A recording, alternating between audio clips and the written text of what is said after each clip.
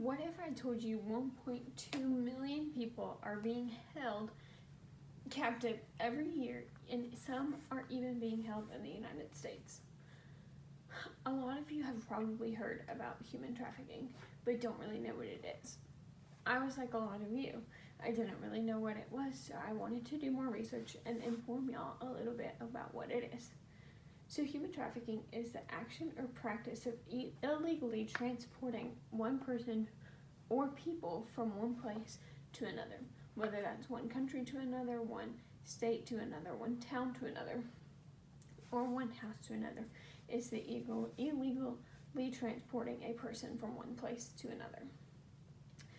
And it is for either forced labor or exploitation.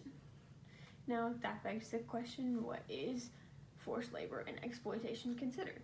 Forced labor can be considered anything that you're doing to, or forcing someone else to do for you, whether that's a sexual act, whether it's some kind of actual like work or anything of that nature.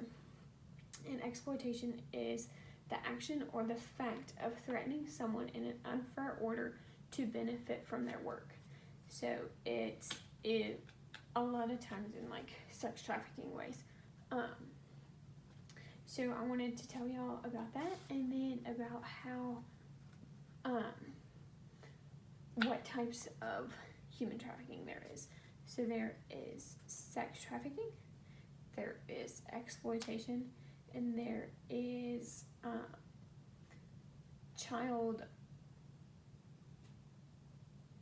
it's prostitution, child prostitution, or acts. So these things cause a lot of people to experience PTSD. It makes them experience depression or thoughts of suicide and things like that. In the world, there are, like I said, 1.2 million people being held captive. And in the United States and in North Carolina alone, Charlotte is the #1 region for human trafficking. The Human Trafficking Resource Center says an average of 78 people per year are trafficked in North Carolina alone. In China, trafficking affects 236 million people, and China is also one of the world's highest rates. Human trafficking is a multi-million-dollar industry because they are forcing people to do things for them, whether that's through prostitution or whether that's through forced labor. So what you want to look for in people being trafficked or human trafficking itself is recruitment. So it is adults showing interest in a kid, whether it's a younger kid or an older kid. Excess flattering, so like they're trying to get this kid to see them. Buying them gifts, so it's like older people, especially men, like older men buying younger girls gifts, or trying to get their attention and trying to get them to notice them so that they can eventually take them.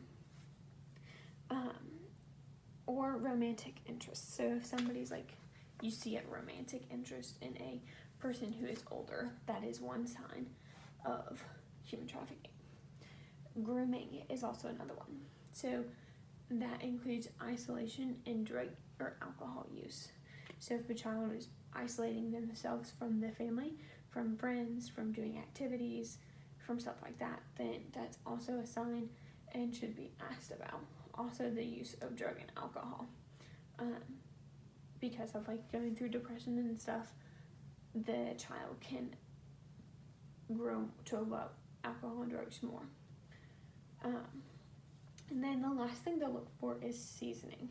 So that's physical abuse, sexual abuse, or emotional abuse. So if you notice that a child or adult is being abused physically, mentally, or emotionally, that's a sign to look for in human trafficking victims. Also, the removal from familiarity. So if something is familiar to them and they don't want a part in that, there has to be a reason why. So like figuring out the reason why behind that is also very important. And then branding. So branding is basically like getting tattoos, and like the story behind the tattoo is really important in knowing if the victim is being trafficked or not. So those are things to look for in human trafficking. Thank you for listening to my speech.